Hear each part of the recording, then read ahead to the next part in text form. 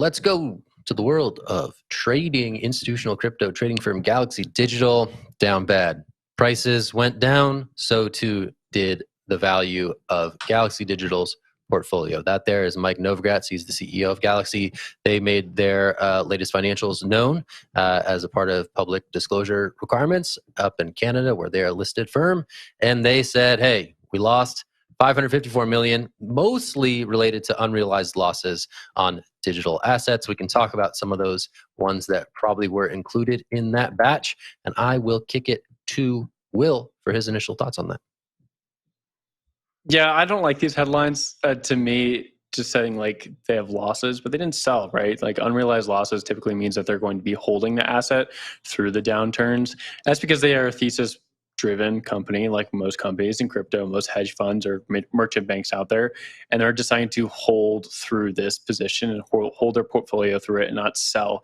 If they're selling into cash, then it'd be a problem, right? Like last week we talked about ARK, Kathy Wood's fund that sold a bunch of Coinbase at the literal bottom, and then Coinbase ripped back up. I would consider that a loss, right? That is a large loss on a trade that did not go in your favor, and you settled into dollars, which everyone uses as the unit of count. Here, they're holding on to whatever cryptos they have in their portfolio, and then people are saying, you have an unrealized loss because of that. And yes, that is pretty standard. That is basically how all these things happen. Like if you're going to do your reporting as a public firm, then you need to disclose things that way. But I think it does a little bit of a disservice to have headlines positioned this way, and it's just done in the industry writ large, right? Like this is how all these headlines are always written. So not really a knock on anyone there, but it is something that needs to be like looked under the covers a little bit more to understand that no, Galaxy Digital isn't like floundering at all. It's just that they have an unrealized loss because the market is down. The whole market has been down. We might have a little bit of a rally. Bitcoin might be over 24K, but the market is down significantly from November of last year. Wendy, up to you.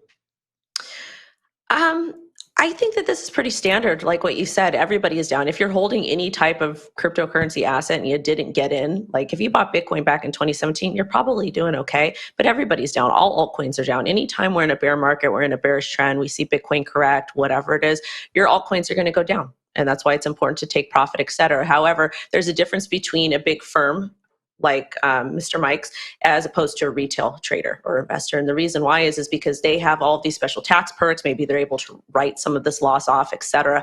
And I would also like to know what particular coins they're holding or what particular assets, investments that are down. And because I want to be able to see why, like I want to be able to do more research and see what they're holding and maybe come up with a conclusion as to why they're holding these long term. And it might be a good idea to potentially do your own research and follow the money here. Zach? Yeah, I was going to say, I mean, they may have potentially taken profits along the way. Noted in this press release is that they're sitting on $1 billion in cash, right? So much of their portfolio may have been transferred out of some of these floundering assets before they tanked even further. So it is interesting always to see these public disclosures around, the bags of these big traders in the space, right? And you're right, you dig into the filings and you can see what's going on. I think Novogratz was certainly in the spotlight with his commitment to Luna right before they crashed back in May. There was some reports that came out subsequently that they had sold most of their position before it fell off a cliff.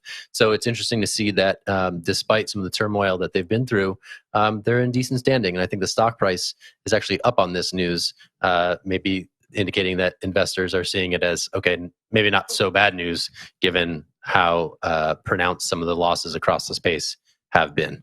Jen, I'm going to toss it to you, though, for thoughts on Galaxy. Yeah, to Will's point, despite the headline, if you actually dig into the announcement, it was quite a positive announcement from a business perspective. Novogratz was kind of looking forward and looking at what the company might do with that over $1 billion in assets they have. And one of them was, he said, they're looking into mergers and acquisitions in the mining sector. And so, Will, I have a question for you. Novogratz said, we think we've got a role to play in both lending and potentially consolidation in this space. Do you think this is something we're going to see happen in the mining sector moving forward, given what we've seen go on with mining in the past few months? Yeah, disclosure, I work for a mining company. I do think there's going to be a lot of mergers and acquisitions in mining just because a lot of miners have weak positions right now and they have a lot of debt. And so it makes sense for a bigger company like Novogratz's company here to come in and pick some other miners up. But that being said, we are also still waiting on Galaxy Digital to close a deal with BitGo that's like 16 to 18 months old. And people are still waiting to see like if that is going to happen. And if that did happen, that'd be a huge acquisition change. When it was announced quite a while ago, that was a very large headline just because of BitGo's position within the cryptocurrency universe. Hasn't happened though, right? We're still waiting on that. So I'm waiting for that M&A deal to close. But Jen, yes, I do think there's going to be a lot more acquisitions in the near future as people with heavy cash bags go out and buy some awesome teams that just need new leadership.